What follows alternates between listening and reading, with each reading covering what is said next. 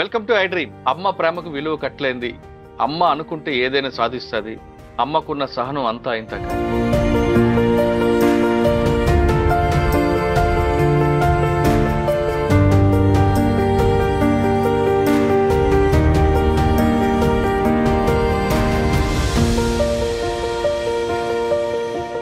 తన పిల్లల కోసం ఆమె పడ్డ కష్టం నష్టం అంతా ఇంత ఉంటుంది. తమ పిల్లల బాగుపడడం కోసం ఆమెకున్న త్యాగాలు చేసిన దీంట్లో మిగతా వాళ్ళు ఎవరూ చేయలేరు. అమ్మ గురించి చెప్పుకుంటూ పోతే ఒక రోజు కాదు, ఒక సంవత్సరం కూడా సరిపోదు. అమ్మ రుణం తీర్చుకోవాలంటే అమ్మలా పుట్టాలంటారు కొంతమంది.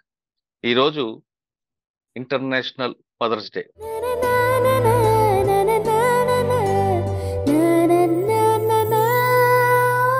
ప్రపంచంలో ఉన్న మహిళలందరికీ, తల్లులందరికీ నమస్కారం. అయితే ఈరోజు మీకు ఒక గొప్ప వ్యక్తిని పరిచయం చేస్తున్నాం. ఆమె పేరు చూడామణి గారు. భర్త ఆటో డ్రైవర్. కానీ ఆమెకున్న లక్ష్యం పిల్లల్ని బాగా చదివిస్తే వాళ్ళకి ఒక ఆయుధంగా ఉంటే ఆ పిల్లలు ఎప్పటికీ కష్టపడి పైకి వస్తారంటూ ఆమె నమ్మారు. కేవలం ఆటో డ్రైవర్ భార్యగానే ఏదో చిన్న కుటుంబంలో ఉండి ఏదో అది వచ్చిన ఆదాయంతో కుటుంబాన్ని సాగించకుండా ఖచ్చితంగా పిల్లల్ని చదివించాలి, వాళ్ళకి ప్రయోజకులు చేయాలి అని నమ్మిన ఆమె కూడా ఒక టీచర్గా జాయిన్ అయ్యారు. వస్తున్న ఆదాయం 500 రూపాయలు. వస్తున్న 500 రూపాయలతో కుటుంబాన్ని నెట్టుకుని వచ్చారు. ఈరోజు ఆవిడే ఎందుకు ప్రత్యేకంగా పరిచయం చేస్తున్నారంటే ఆమె కూతురు ఆల్ ఇండియా లెవెల్లో 106 ర్యాంక్ సాధించిన ఆఫీసర్, ఫారెస్ట్ ఆఫీసర్. పేరు అనూష. అనూష తల్లిగా పరిచయం చేస్తున్న ఆమె స్టోరీని వింటే ఖచ్చితంగా మీరు కూడా మీ పిల్లల్ని ప్రయోజకులుగా చేసే విధంగా తీర్చిదిద్దుతారని మీకు పరిచయం చేస్తున్నాం. చూడమని గారు, నమస్తే అమ్మా. నమస్తే. ముందుగా మీకు, మీ పక్కనున్న మరో అమ్మ అనూషకి ఇంటర్నేషనల్ మదర్స్ డే శుభాకాంక్షలు. మీతో పాటు ప్రపంచంలో ఉన్న అమ్మలందరికీ నమస్తే. మా తరపున కూడా అమ్మలందరికీ, మాతోటి అమ్మలందరికీ శుభాకాంక్షలు. అమ్మా, ఇప్పుడు చెప్పండి, మీ పాప స్టోరీ వెనక పెళ్ళైన తర్వాత భర్త, కానీ పెళ్లి కాకముందు నుంచి మీరే అనేది చాలా స్పష్టంగా తెలుస్తుంది. ఒక చిన్న కుటుంబం సాధారణంగా ఎలాగుంటారంటే మీలాంటి వాళ్ళు కానీ, మధ్యధర కుటుంబాలు కానీ, కింద వాళ్ళు కానీ, భగవంతుడు మాకు ఇంతే ఇచ్చాడు కదా, ఇందులోనే సర్దుకుపోదాం అనుకుంటూ వెళ్ళే వాళ్ళు చాలా మంది ఉంటారు. కానీ వాళ్ళకి మనసులో ఉంటది, నా పిల్లల్ని కూడా చదివించాలి, నేను ఎందుకు చదివించకూడదని ఉన్న ఆర్థిక పరిస్థితులు, సామాజిక పరిస్థితులు, కుటుంబ పరిస్థితులు కొన్ని అడ్డొస్తాయి.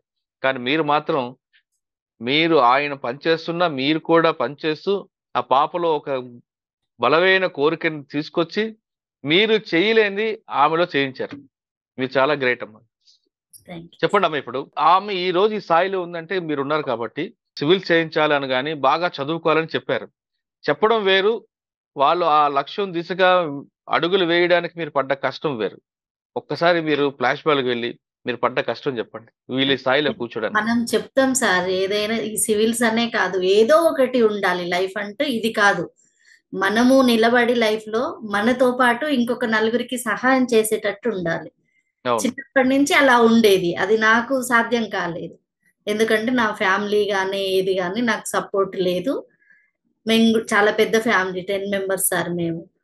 అక్కడికే మా అమ్మ అందరికీ అక్షర జ్ఞానం అయితే ఇవ్వగలిగింది, కానీ అంతకన్నా మించి ఏమి ఇవ్వలేదు కదా. అదొకటి ఉండేది నాకు. మనం అంటూ ఒక మనిషిగా ఉన్నప్పుడు ఏదో ఒక ప్రత్యేకత ప్రతి మనిషిలో ఉంటది అని నేను చాలా గట్టిగా నమ్మిన. కాబట్టి నేను మీకు ఇచ్చే ఆస్తిపాస్తులు అంటూ ఏమీ లేవు. మీరు చదువుకోవాలి. చదువుకుంటేనే మనకంటూ ఒక గుర్తింపు వస్తుంది. మనం అంటూ ఒక నలుగురికి సహాయపడగలుగుతాం చెప్పేసి చిన్నప్పటి నుంచి అలాగే చెప్పేదాన్ని. ఈ బాధలు శాశ్వతం కాదు మనకి. ఈ బాధలన్నీ తొలగిపోయి మనం హ్యాపీగా ఉండాలి, అందరితో సమానంగా సమాజంలో ఉండాలి అంటే మనకి ఉన్నది చదువు ఒక్కటే. చదువుకుంటే ఏదైనా సాధించగలరు మీరు. ఈ బాధలన్నీ శాశ్వతం కాదు, ఇది తాత్కాలికమే. దీనికోసం నేను ఎంతైనా కష్టపడతా. మీరు మాత్రం నా గురించి ఆలోచించొద్దు, అమ్మ కష్టపడుతుంది మేము కూడా ఎందుకు చదవాలి, మేము ఇది చేస్తామా, అలా వద్దు. నా కష్టాన్ని నేను చూసుకుంటా, దాని గురించి మీరు సాధించినప్పుడు ఇవన్నీ నేను మర్చిపోతా. లైఫ్ లో నా పిల్లలు ఈ స్టేజ్ లో ఉన్నారు అంటే నాకు ఇంకేది గుర్తురాదు అప్పుడు. ఓకే, అనూషకి మీరు అలాగా చిన్నప్పటి నుంచి చెప్పుకుంటూ వచ్చారు.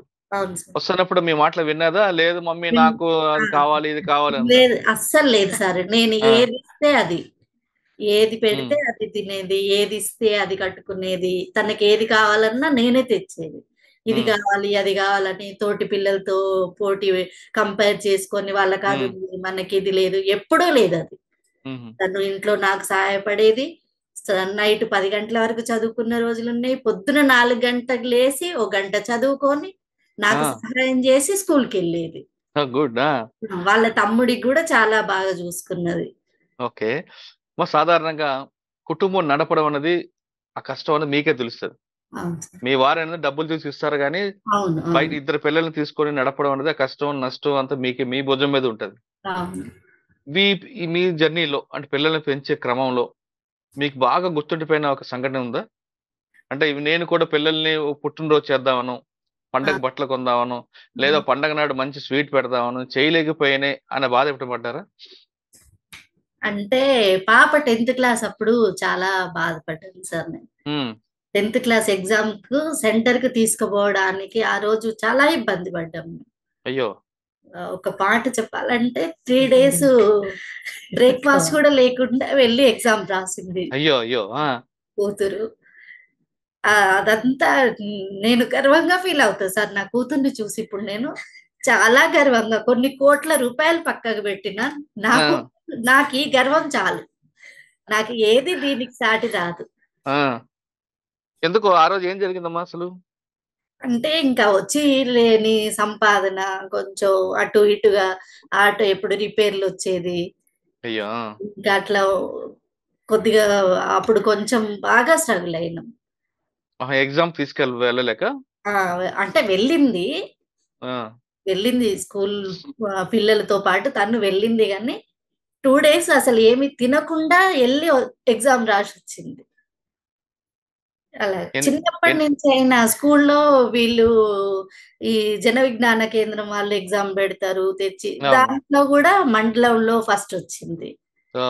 మామూలు ప్రతి దాంట్లో ఫస్ట్ వచ్చేది. ఒక్కటే నేను వాళ్ళకి చదువు అని చెప్పినా గానీ ఇలా చదవాలి అలా చదవాలి అని ఎప్పుడు చెప్పలేదు. మీరు అచ్చా. కష్టపడకండి, మనం చేసే ఉమ్, పని ఇష్టంగా చేస్తే ఆ, అది మనకి ఇష్టం ఉంటది. అబ్బా ఇంత కష్టపడాలా నేను అనుకుంటే అది ఎప్పటికీ మనం దాటలేము.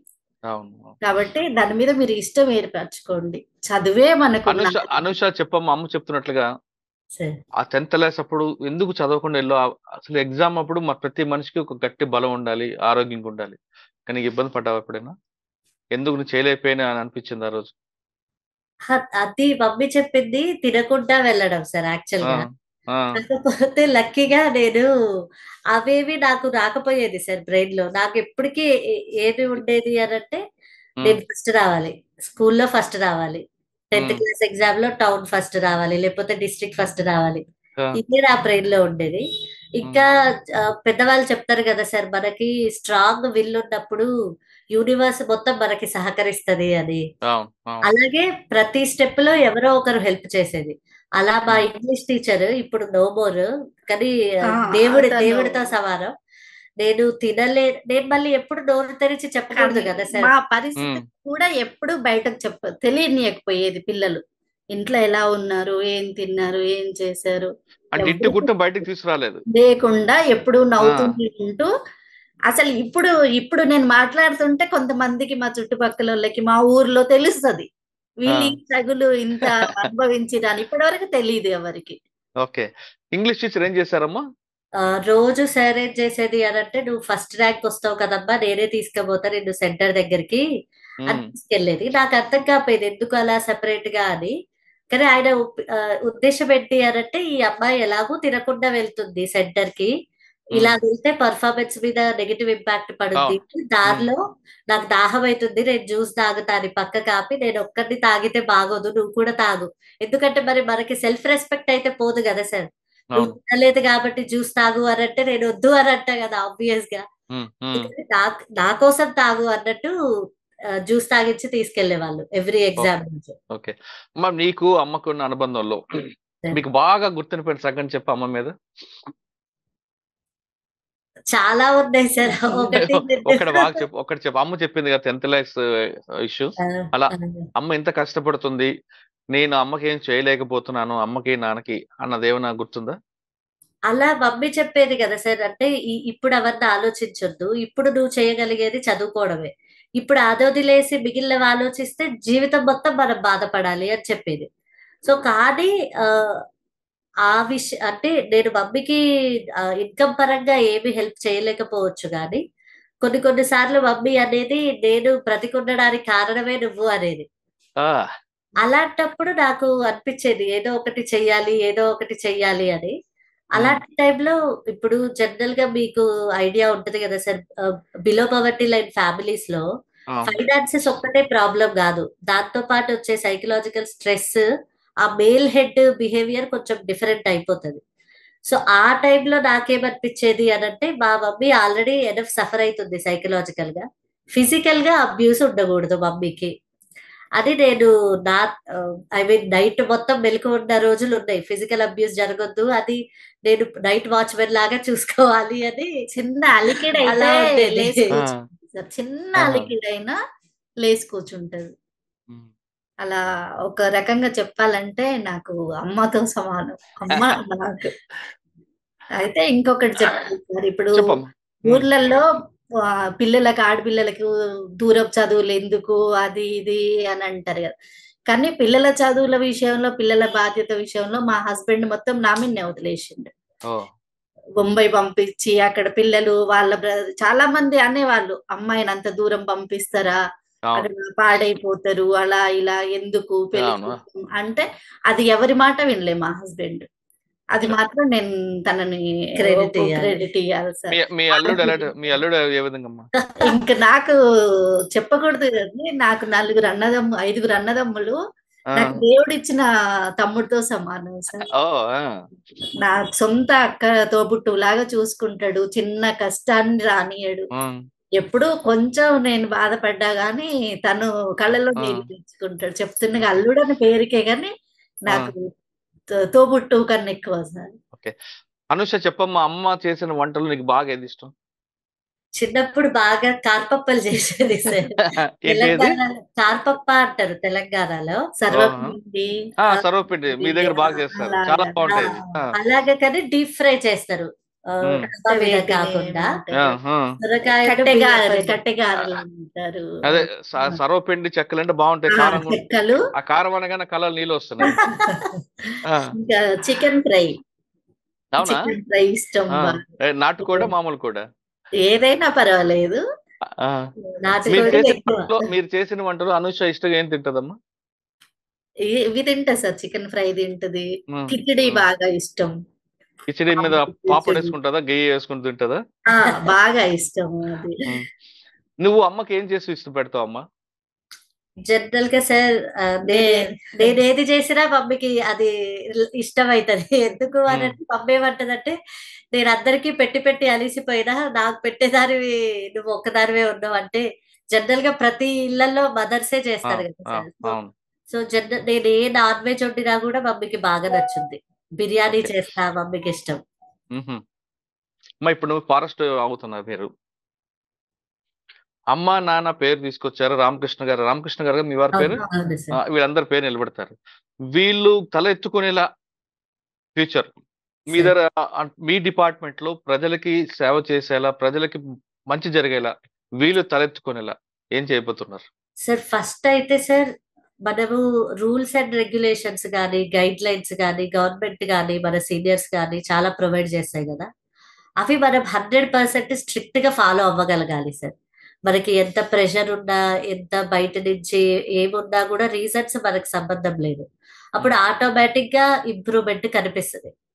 సెకండ్ ఏంటి అని అంటే, నేను ఐఐటి బాంబే గ్రాడ్యుయేట్ కాబట్టి టెక్నాలజికల్ గా ఓరియంటేషన్ ఉంటది కాబట్టి ఆ టెక్నాలజీని ఇన్నోవేటివ్ వేలో మనం వాడుకోగలిగితే అప్పుడు మనకు ఒక రికగ్నిషన్ వస్తుంది కదా సార్. ఫారెస్ట్ సర్వీస్ లో కూడా ఈ అమ్మాయి ఇది బాగా చేసింది, దీని వల్ల ఈ ఫారెస్ట్ ఫైర్ ఆపగలిగింది, లేకపోతే ఈ హ్యూమన్ వైల్డ్ లైఫ్ కాన్ఫ్లిక్ట్ ని తగ్గించింది. అప్పుడు వీళ్ళకి ఇంకెక్కువ గర్వకారణం కదా సార్. ఇది సర్వీస్ అనేది ఓన్లీ ఎంట్రీ గేట్ లోపలికి వెళ్ళినాక ఏం చేస్తాం అనేది ఇంపార్టెంట్. సో అందులో నేను చేయగలిగింది డిఫరెంట్ గా అంటే టెక్నాలజీని యూజ్ చేసుకుందాం అనుకుంటున్నాను సార్. ఒక ఎగ్జాంపుల్ చెప్పాలంటే, ఒక యాప్ బిల్డ్ చేస్తున్నారు సార్ ఆల్రెడీ డిఫరెంట్ స్టేట్స్ లో. ఎలా అంటే, మన డ్రోన్స్ ఎప్పుడు సర్వేలెన్స్ జరుగుతుంది, ఒక చిన్న స్పార్క్ ఫారెస్ట్ లో కనిపించినా వెంటనే డిఎఫ్ఓ కి మెసేజ్ వెళ్ళిపోద్ది.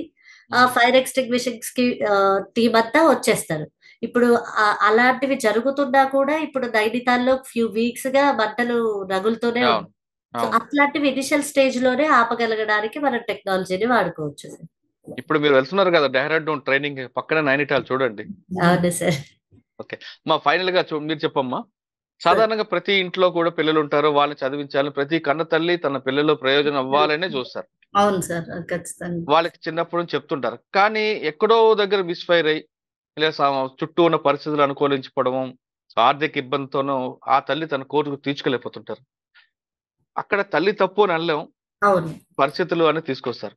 అటువంటి సమయంలో కొంతమంది తల్లిదండ్రులు ఆత్మహత్యలు చేసుకోవడం, చిన్న చిన్న విషయాలకే ఆత్మహత్యలు చేసుకుంటారు. అవును అవును. అటువంటి వాళ్ళకి మీరు ఏం చెప్తారు? అదే విధంగా రెండోది, ఈ కష్టాలు మీరు నమ్మారు ఇందాక, కష్టాలు ఇప్పుడు శాశ్వతం కావు, తర్వాత అవును. మనకు ఉంటాయని. అ- అటువంటి కష్టాలు అనుభవిస్తున్న వాళ్ళకి ఏం చెప్తారు?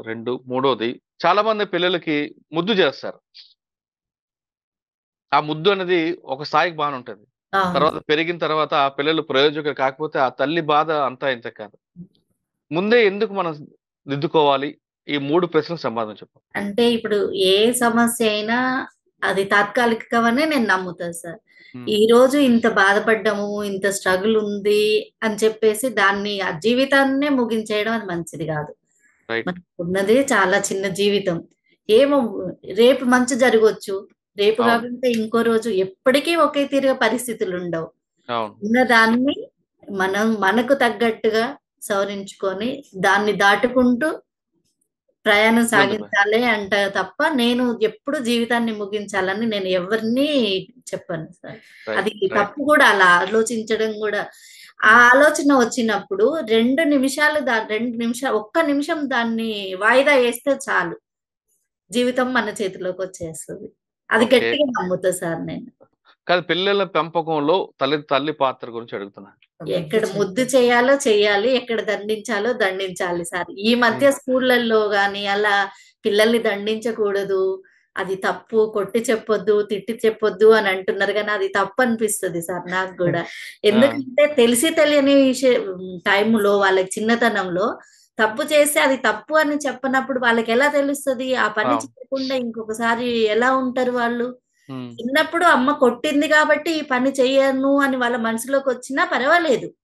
ఈ పని చేస్తే అమ్మ కొడతది అని అమ్మ మీద బ్యాడ్‌గా ఆలోచిస్తారు అని అనుకుంటారు తప్ప, ఆ భయంతో ఇంకోసారి చేయకుంటుంటారు ఆ పని.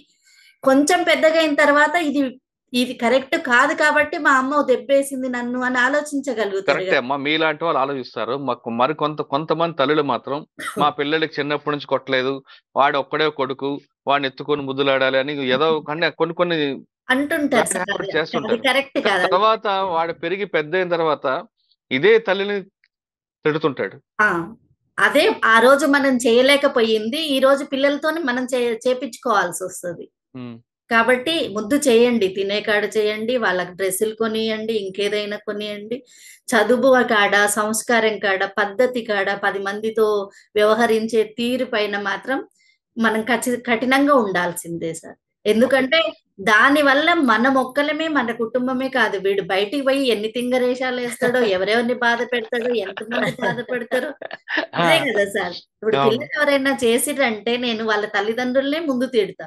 అమ్మాయిలని కరెక్ట్. కరెక్ట్. పద్ధతిగా కరెక్ట్ అది. ఉండమని చెప్తారు గానీ, మగ పిల్లల్ని అరే నీ అక్క లాంటిది, చెల్లి లాంటిది అలా ఉండొద్దురా, చెయ్యొద్దురా అని ఎందుకు చెప్పి పంపించరు? పంపరు. అమ్మాయి అయితే ఆలస్యంగా వస్తే ఎక్కడికి వెళ్లి అని అడుగుతారు. ఇప్పుడు అబ్బాయిలు ఆలస్యంగా వచ్చినా అబ్బాయినైతే అడగట్లేదు. ఎందుకు అడగరు? ఎందుకు అడగరు? వాడిని కూడా అడగాలసలు. అడగాలి. అది ఖచ్చితంగా అడగాలి సార్. ఎందుకు అమ్మాయికో రూలు, అబ్బాయికొక రూల్ అని ఎప్పుడూ ఉండదు. అది రైట్. పిల్లల్ని కనండి, పిల్లల్ని ప్రయోజకులు చేయండి. కానీ చదువుతో పాటు సంస్కారం కూడా నేర్పించినట్టున్నారు చూడమని గారు. మగ పిల్లలు ముఖ్యంగా తీసుకుంటే, ఆడపిల్లలంటే ఖచ్చితంగా వింటారు. మగ పిల్లలకు మాత్రం ఆవిడ చక్కటి మెసేజ్ ఇచ్చారు. ఒకవేళ పిల్లలకు గాని మీరు ప్రయోజకులు చేయకుండా, మీకు నచ్చినట్లుగా చిన్న పిల్లాడు కదా ముద్దు చేస్తే, పెద్దయిన తర్వాత అదే పిల్లాడు మనకి నీతులు చెప్తాడు. మన పిల్లల చేత మనం నీతులు తెప్పించుకోవడం అన్న దౌర్భాగ్య పరిస్థితి రాకూడదు అనుకుంటే, చిన్నప్పటి నుంచే ఆడపిల్లతో పాటు మగ పిల్లాడికి కూడా అలాగే పెంచండి. రాత్రి అయితే పిల్లాడు ఎందుకు రాలేదని ప్రశ్నిస్తే ఖచ్చితంగా వాళ్ళకి భయం వస్తదంటూ చెప్తున్నారు. కుటుంబం అన్నది కేవలం డబ్బుతోనే కాదు. ఒక మనిషి తలుచుకుంటే ఆ కోరిక నెరవేరాలంటే ఖచ్చితంగా మన లక్ష్యం అనేది గట్టిగా ఉంటే అది బలం ఉంటే ఖచ్చితంగా సాధిస్తాం. చూడమని గారి కుటుంబం అనేది ఆర్థికంగా చిన్నదైనా ఆమె ఆశయం చాలా పెద్దది. ఆ ఆశయానికి వాళ్ళ భర్త కూడా సహకరించడం, ముఖ్యంగా భగవంతుడు కూడా ఆమెకి దీవెనలు ఇవ్వడంతో ఆమె కూతురు ఖచ్చితంగా మంచి పేరు తీసుకొచ్చింది. ఇక రాబోయే కాలంలో కూడా అనూష ఫారెస్ట్ డిపార్ట్మెంట్ లో వెళ్లి మంచి పేరు తీసుకుందని ఆశిద్దాం. ఇది చూడమని గారితో ఎక్సలెంట్. అందరికీ మరొకసారి ఇంటర్నేషనల్ మదర్స్ డే శుభాకాంక్షలు. అమ్మ చూడమని గారు, ఇద్దరు అమ్మలు ఉన్నారు అక్కడ, ఇద్దరు అమ్మలకి చెరొక నమస్కారం. Thank you sir. Thank you sir. ఈ ప్లాట్ఫామ్ ద్వారా నేను కూడా అందరికి హ్యాపీ ఇంటర్నేషనల్ ఉమెన్స్ డే చెప్పాలనుకుంటున్నాను సార్. థ్యాంక్ యూ అమ్మ, నాతోటి థ్యాంక్ యూ. మహిళలందరికీ, నాతోటి తల్లులందరికీ మాతృ దినోత్సవ శుభాకాంక్షలు. కానీ ఈ ఒక్క రోజునే మాతృ దినోత్సవం అని సపరేట్ గా చేసుకోకండి. అమ్మ ఎప్పుడు అమ్మే కొట్టినా తిట్టినా ఏమైనా ఒక దెబ్బ మిమ్మల్ని వేసినా వెనక్కిపోయి ఏడుస్తుంది మా అమ్మ. పిల్లల కళ్ళల్లో నీళ్లు తిరిగితే ఆటోమేటిక్ గా తల్లి కళ్ళల్లో కూడా తిరుగుతాయి. కాబట్టి ఎప్పుడు అమ్మలు అన్నారని అమ్మలను ఎప్పుడు దూరం పెట్టకండి, అమ్మలను బాధ పెట్టకండి. Thank you. Thank you. Thank you. Thank you sir.